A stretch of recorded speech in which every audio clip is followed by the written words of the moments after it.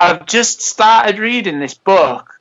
I say started reading it. I started reading it days ago, and I say reading, I listen more than I actually read words.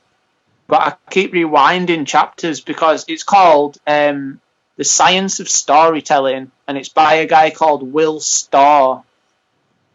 And he talks about, he does a lot of ghostwriting for famous people, but he breaks storytelling down and the psychology of it. And he goes into this thing called, I've got it written down, hang on. So it's called the sacred flaw, right? Yeah. And the idea is that if you can, when you're writing about a character, if you can find their sacred flaw, you can then write a beautiful story.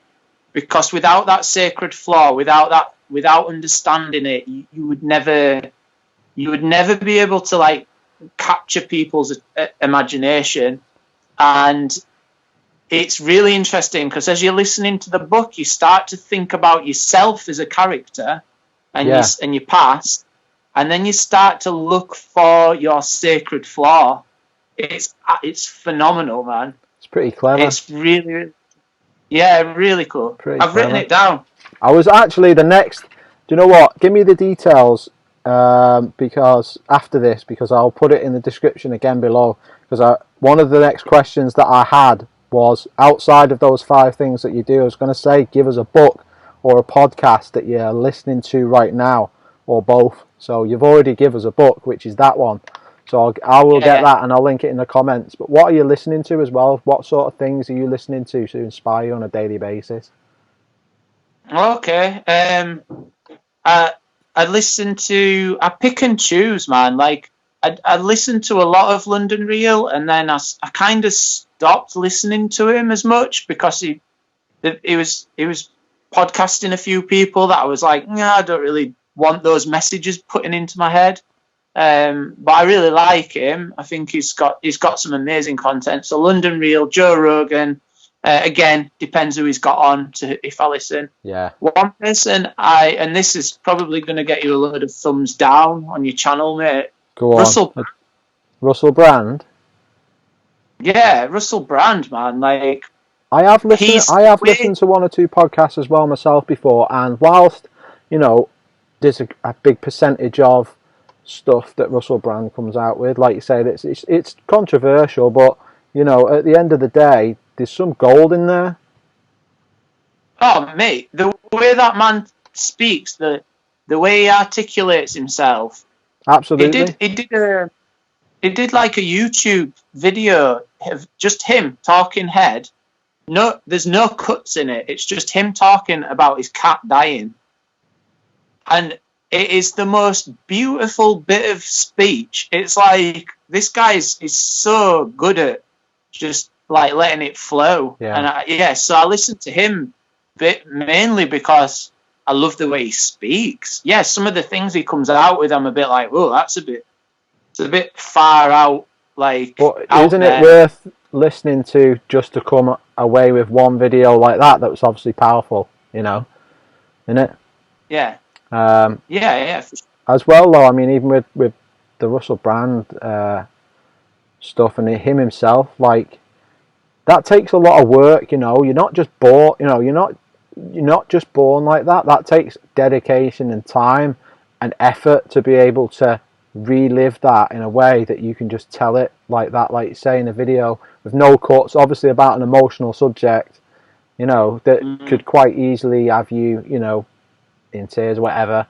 It's so at least something that's hard to talk about, and to do it with such ease and passion and consideration is a tough thing to do. It is, and it's just interesting how he articulates himself as well. I like the way he does that. But as for like what I suppose what's like over the last few years, people that I've listened to, I used to listen to quite a lot of Les Brown. Les Brown. I don't know Les Brown. He's a motivational speaker. He's from America, And when you first start listening to him, you're like, oh, this is cheesy. But if you listen and you hear his whole, what he's got to say, by the end of it, you're like proper hyped up, hands in the air. Yeah, man. Stomping the feet. It's really good. Tony Robbins. Yeah, seen plenty of his stuff. I've listened to a lot of his stuff about... he's got some really interesting things about NLP, neuro-linguistic programming, which I use a lot of at work. He's got a lot of things about finances, the economy. He's got books out about that. Podcasts. He's just a really interesting guy to listen to. Don't listen to him as much now because I feel like I've listened him out, if that makes sense. Yeah, they all have especially the people that are so big now, like Tony Robbins, and they all have an underlying point that they're trying to get to, and if you've grasped that point, it's you can sort of take it and move on and diversify your learning. I feel you have to do that anyway. Yeah, I think for me the best podcast all round, apart from Bold Adventures, obviously. I was going to say that, obviously. is the guests we have on, I'm telling you. Is Rich Roll. Yeah, I do you know what? I watched one of his podcasts the other day. I haven't actually watched many of them. I watched one with David Goggins because I was on a David Goggins trip after this thing that we've just done, and there was someone else on his podcast as well. But I'd only watched the ones of the people that had actually only been on Joe Rogan, so Rich Roll was like an afterthought. But I'm glad I watched it because he is good as well. And again, he's another legit guy that is doing what he says, Yeah, well, doing 5 Ironmans back to back of 7 days in Hawaii is like something that nobody's ever done before. Like, that's it. And he's just a normal guy. I mean, I say he's a normal guy. He was an alcoholic, and but there's some of his podcast sites, the ones that stand out for me. He recently interviewed a guy called Zach Bush.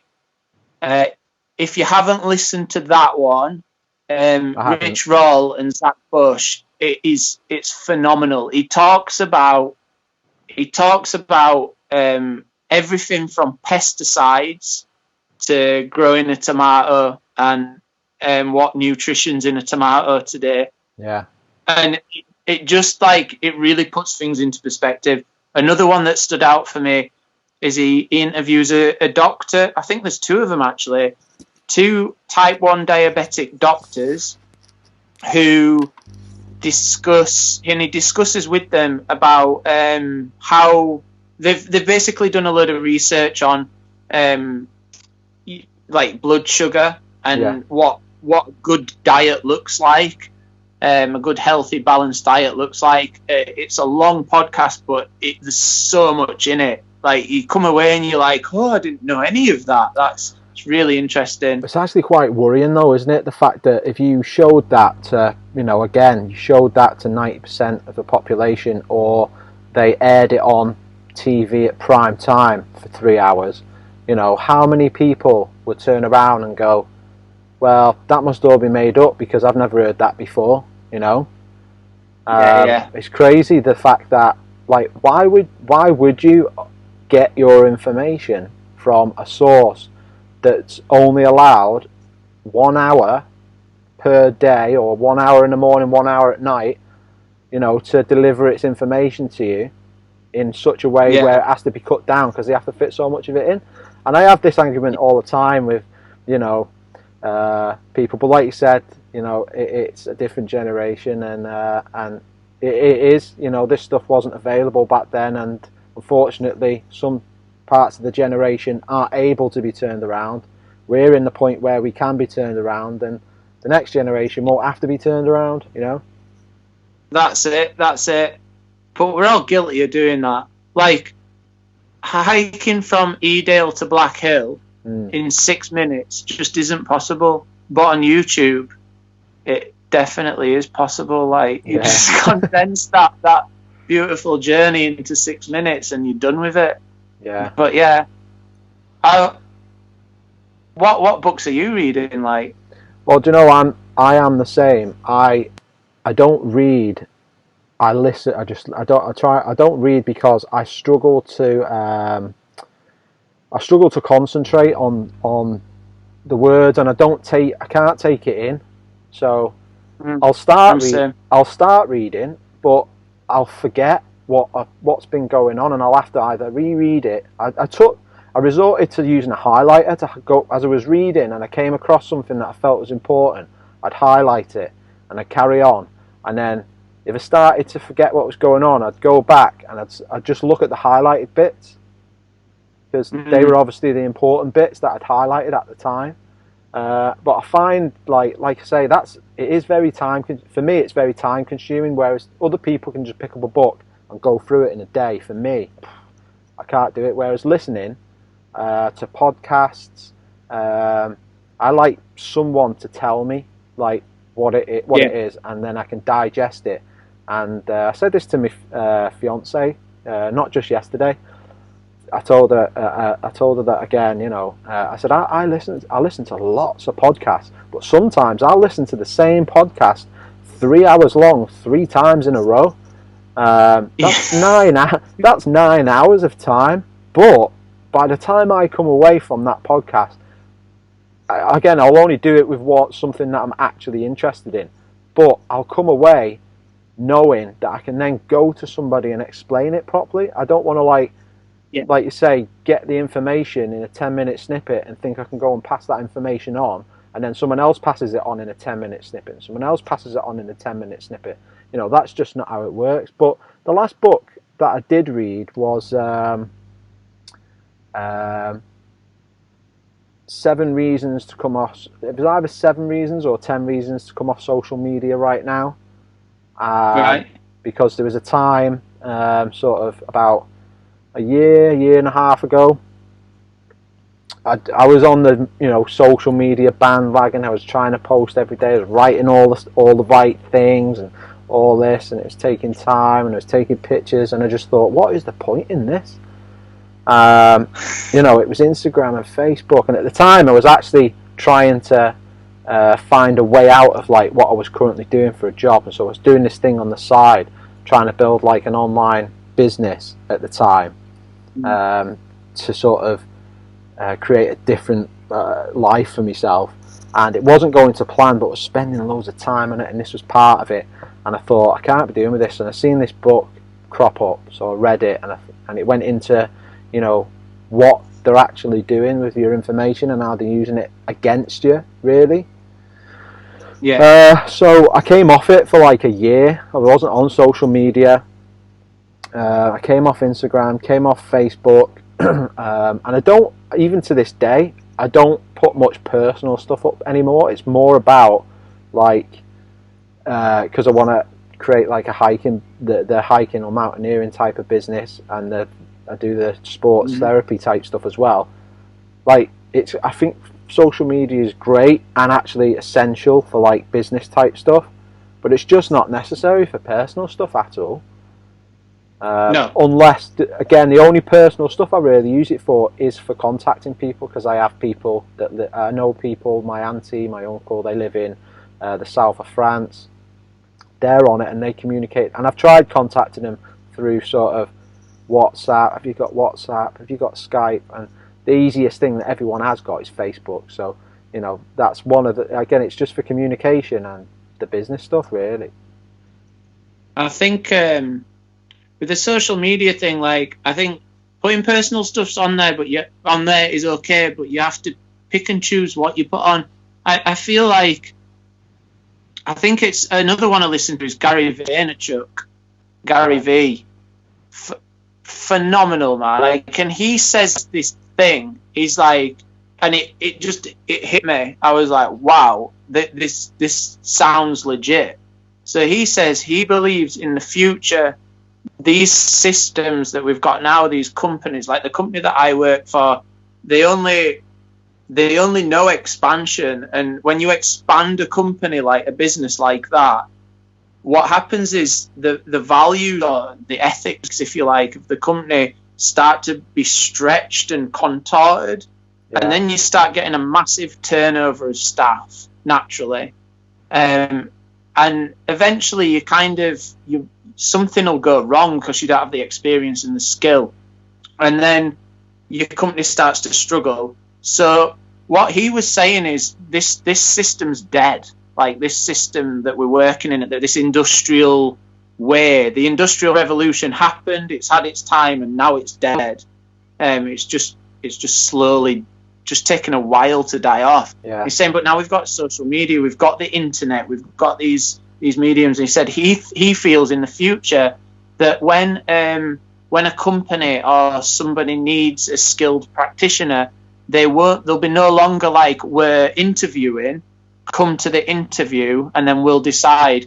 What it'll be is they will go and they will look at like your Instagram, your Facebook, your YouTube channel. So let's say, for example, somebody needs a mountain leader. They go on social media and they look at mountain leaders' profiles. Yeah. And if they like the message that I'm giving out or the message that you're giving out or whoever's giving it out, and on social media, they'll go to them and say, hi, we've got this, we'd like you to do it. And that's how he thinks that the future looks. So building a profile and teaching the young people, like me teaching my daughter what social media is as she comes into age, is a good skill to have. Oh yeah. And he says the best thing you could do right now, this is Gary Vaynerchuk, another little quote from him almost. He says the best thing you can do is get your kid's name and .com after it. Just buy the domain. Yeah. Just www.yourkidsname.com. Says buy that domain and keep it. And when they're at age, build them a website. And connect to social media. And I totally believe that's true. I think that's where we're going. Yeah, I think the same, and there's no stopping it. Like you say, it's the only hope is that it's used in the right way, which it's not being done right now. But partly because we're not in control of it. It's controlled by the few. If it was controlled, like you say, it gives the illusion of control by the many. Because you can communicate with many people, but in terms of actually what you can do and what you can see and what you can't see, that's not controlled by you at all. And AI's got the potential to be a devil or a god. Do you know what I mean? But then I think right now at the moment, like freedom of speech is it's the most free it's been in probably ever. Like we can talk about this freely on this podcast, and you can post it up on YouTube, Facebook, Instagram, and people can listen to it. And it's not until it goes up and it gets banned or something like that. Well, yeah, but they're not going to ban this. No, absolutely not. Do you know what I mean? But yeah, I think while we've got the ability to send messages out like this, like surround yourself with the 5 people you want to be like, I don't know, think about your social media in a business-like manner rather than putting your dirty washing on there for everybody to see. Yeah. If we can share those messages with people and it goes out to people, then that's brilliant. Another thing that I also think, actually I've only just thought it now, so I don't think it all the time, but it's based on the stuff that I listened to yesterday, is it would be wrong for us to be so naive to think that what we spoke about before, about the universe is listening to what we're saying. If we think it's not listening to what we're doing and putting out there and the thought processes and all this, completely wrong. The messages that should be putting out there should be just messages of positivity. Do you know what I mean? This is why I'm like, when London Real in interviews David Icke, I'm like, dude, stop talking, man, because this guy he's projecting this thing out there that's we don't know if it's real. He's projecting this thing out there and I'm just like, nah. I'm like, the thing is, we'll never know. Talking about, I understand the theory and I get it, but dude, stop making other people think like that all the time too. It is influential. That's the thing, and you know, it's the fact is, we'll never know. Like, we'll never know. So you can't worry about something. You can't really worry about something that you are never going to know. They're not going to turn around one day and go, right, Ben, do you know what? I think it's about time you knew. It's not going to happen. It's not going to happen ever. I got somebody actually said to me not long back. It was about 5G. I mean, I don't want to get into it, but basically they said it's all a part of the script, Ben. And I went, hang on, who gave you the script? Why haven't I seen the script? But I also, want to read the script. If there is a script, you don't have to stick to the script. You know, just change the script. We've all got our own script, so we just change the script. If you're not happy with it, change the script. Or stop pretending there's a bloody script, and just get on with your life. Absolutely. Well, that's what we're trying to do. Yeah, that's the thing.